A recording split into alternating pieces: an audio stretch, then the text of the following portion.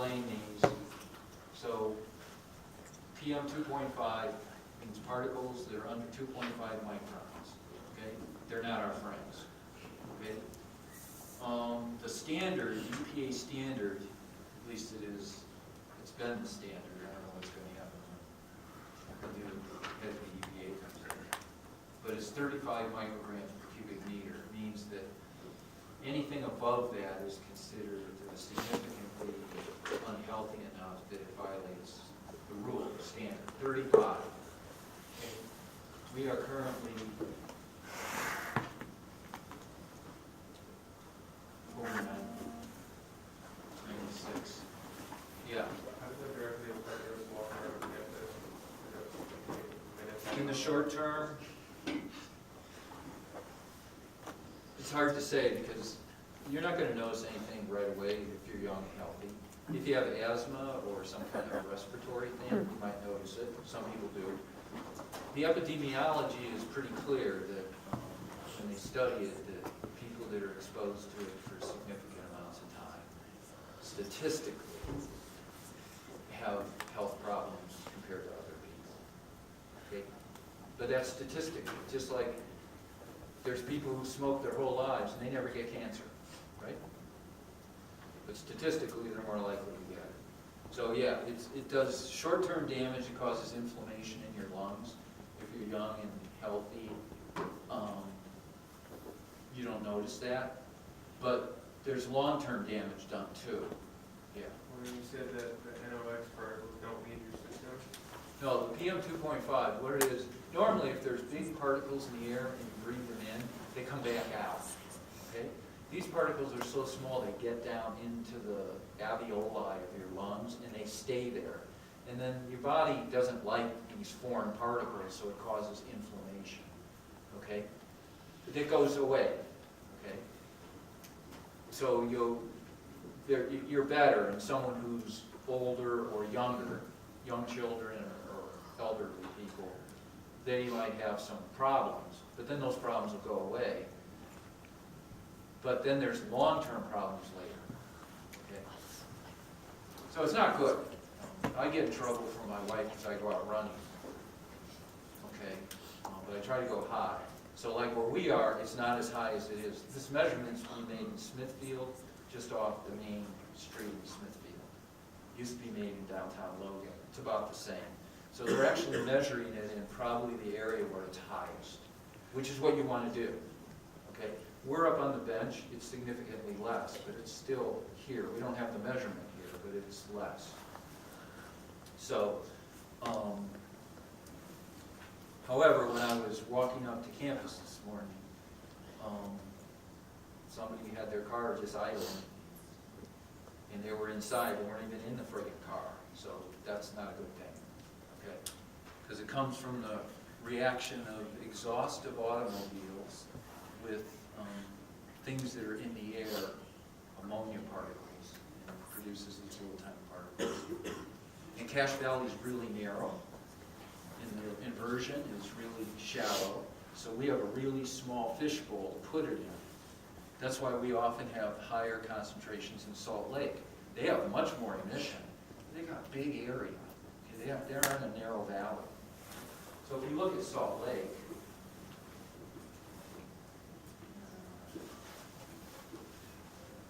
so we're 93.7. That's a big number. It's very impressive.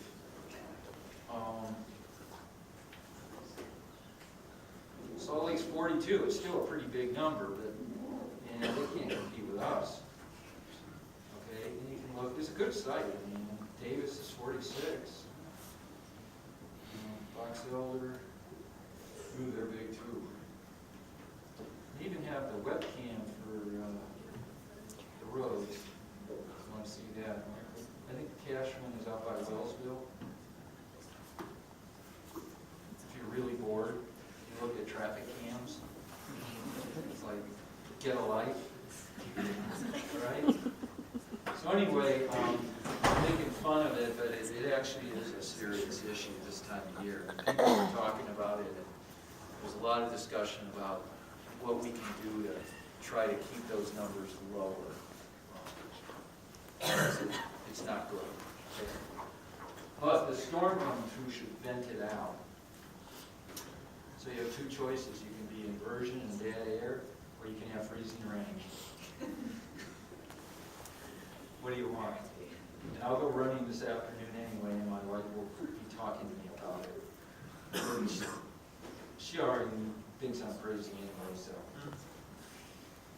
all I'm doing is confirming what she already knows. Okay, so we've been talking about the tropics, and you know, I'm the wrong one.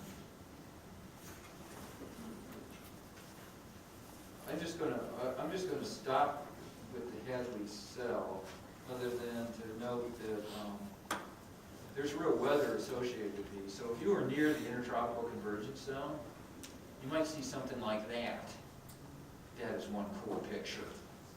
Okay, yeah, actually they leave the shutter open just long enough because your eye will be fast, but that's classic lightning. Lightning is actually very dendritic.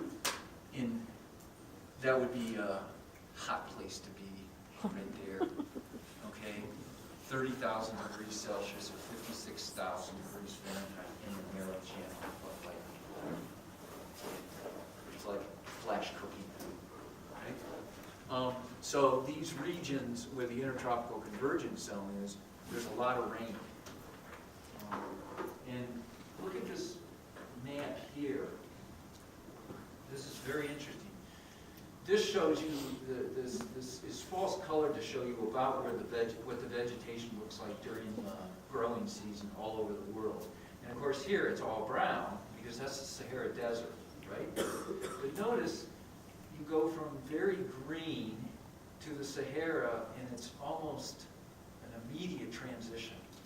So it's very rapid decrease in rainfall from across where that red line is. So if the intertropical convergence zone goes a little bit further north one year, then it brings rain to this little zone. But if it stays further south, then they don't get rain. And that area of Africa is known as the Sahel. And a lot of people live there.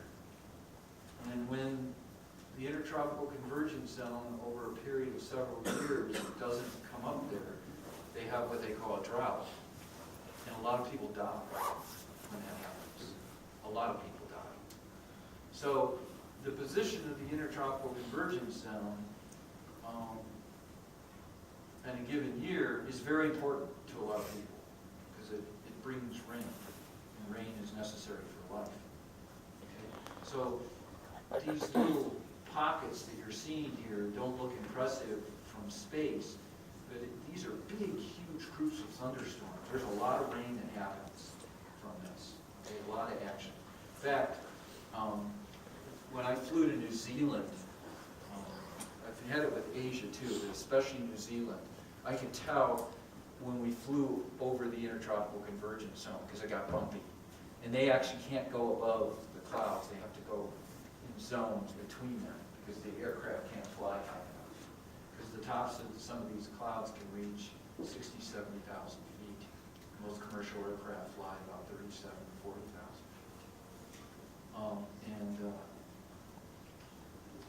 It's another, this is just a great photograph of lightning. It's just, and who knows how long somebody waited to get that picture. And I guess we'll just end at these sinking regions here, here and here. Well, they have climates too. Yeah. Sinking high pressure, how do they appear? I think that was actually a picture taken in Colorado.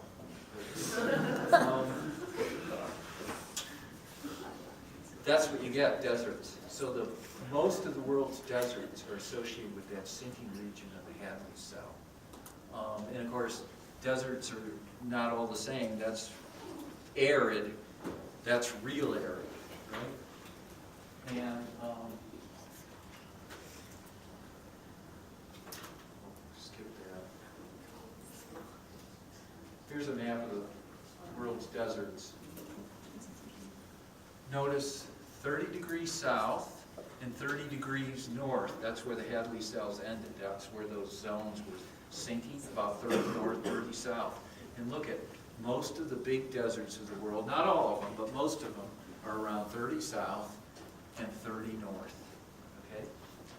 So the Hadley cell explains where most of the world's deserts are. Here's just another little picture. They don't have the latitude in here, but here's 30 north, right through the Middle East, the Sahara, the Mojave Desert in northern Mexico, and there's Baja into San Diego even.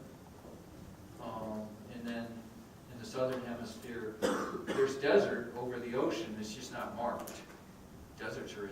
Oceans have deserts too. It's just, you don't notice it when you look at them because they're water. Most of the continent of Australia is a desert. Okay? I understand the Prime Minister of Australia and our President had a rather tense conversation yesterday. And there's a desert in the southern part of Africa too. Not all the deserts fit. The ones up here don't, but it really does explain most of the world's deserts. So this this cell explains the weather in the tropics. Now let me ask you something. What would happen if, because the Earth gets warmer, that this cell were to spread out and get a little bigger? Okay? What if you lived in a map? Let's go to our desert map. Okay. So let's say this zone that's about 30 north, what if it moved up further north? What if it spread? Not just moved up, it got wider. So it got wider, so it spread further north. Do you think anybody would notice? Let's say you lived here, or here. That's Greece. That's Italy. What if the Hadley cell sinking zone pushed up there? Do you think they'd notice? Oh yeah. Or what if you were in the southwest U.S.? Yeah. Okay, we'll talk about that later. Right now, the current evidence, the scientific evidence is, well, first of all, theoretically, from the warming, it should actually expand. And the current evidence is it is starting to expand. The data show it is getting bigger. And the people that are most concerned about it right now are Europe, Southern Europe. Okay? So this actually is very important to the future climate as well as present climate.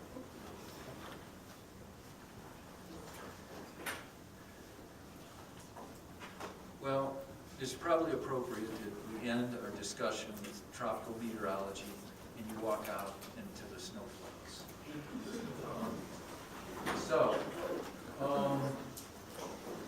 Tuesday we'll have class. Monday, I'll put in Canvas the room. I think it'll be in the agricultural science, so I don't have to walk so far. And you have one study guide. Go through those questions. If you have questions about those questions, come to us. And I will try to put a little sample exam on there. But that study guide, I go through the study guide when I make up the exam. It's what I look at. I'm just kidding. Oh, by the way, if you want to communicate with me, Canvas is a lousy way of doing it. Canvas has a 24-hour delay between the time you send a message and I see it. Yeah, 24 hours. Okay? So the best way is to email me directly or a phone call or something. Canvas is good for a lot of things. It's not good for